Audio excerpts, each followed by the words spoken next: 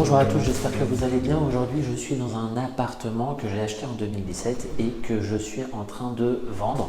J'ai signé le compromis et dans quelques jours, je vais signer l'acte authentique.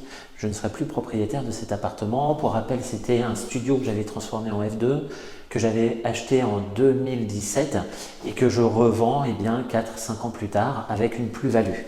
Ce que je veux vous dire ici, c'est notamment à travers cette vidéo, c'est qu'il faut savoir acheter d'une part pour pouvoir potentiellement revendre et réacheter. Il faut savoir acheter pour revendre et acheter. Qu'est-ce que ça veut dire? Ça veut dire qu'à un moment donné, dans votre parcours d'investisseur, vous allez acheter des biens qui seront totalement pertinents lors de cette première acquisition. De mon côté, je suis très content d'avoir acheté ce bien-là. Et puis au fur et à mesure, quand on achète des biens immobiliers, on se rend compte à un moment donné qu'il n'y a plus de cohérence sur certains biens immobiliers. Cet appartement que j'ai acheté encore une fois en 2017, ça devait être en juin ou juillet 2017, n'est plus en cohérence avec mon patrimoine immobilier par rapport aussi à ma situation personnelle. J'avais un peu de turnover sur cet appartement et aujourd'hui j'ai des contraintes professionnelles qui font que je n'ai plus de temps et moins de temps en tout cas pour m'occuper du turnover de mes appartements.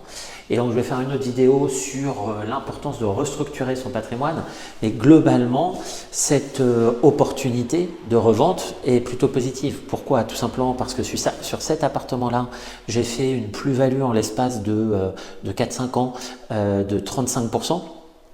Donc ça c'est pas mal et ça me permet d'avoir des liquidités pour pouvoir réinvestir, pour avoir d'autres projets, que ce soit dans l'immobilier ou ailleurs. Mais globalement, toute situation doit être vue comme une opportunité. De mon côté, j'aurais pu dire, ah bah voilà, j'ai acheté un bien immobilier, je suis content, je le garde pendant 10, 15, 20 ans et ça me fera une rente. Je me suis rendu compte encore une fois que ce bien-là n'était plus en cohérence avec ce que je souhaitais et donc c'est pour ça que je le vends. Donc n'hésitez pas en fait à être agile. On parle beaucoup d'agilité, on parle de gestion de projet agile par exemple. Vous, soyez agile dans votre vie. Tout simplement, soyez agile par rapport à vos investissements, par rapport à votre environnement. Et ça, c'est un des éléments qui est important, tout simplement, quand on est investisseur. C'est de ne pas se braquer sur un élément, sur une direction et surtout s'adapter à des problématiques qui vont évoluer au fur et à mesure que vous-même vous allez évoluer. Donc j'espère que cette vidéo vous plaira. N'hésitez pas à liker, mettre un pouce, ce que vous voulez. Et puis rejoignez-moi sur mon Discord et sur ma chaîne TikTok également. Salut!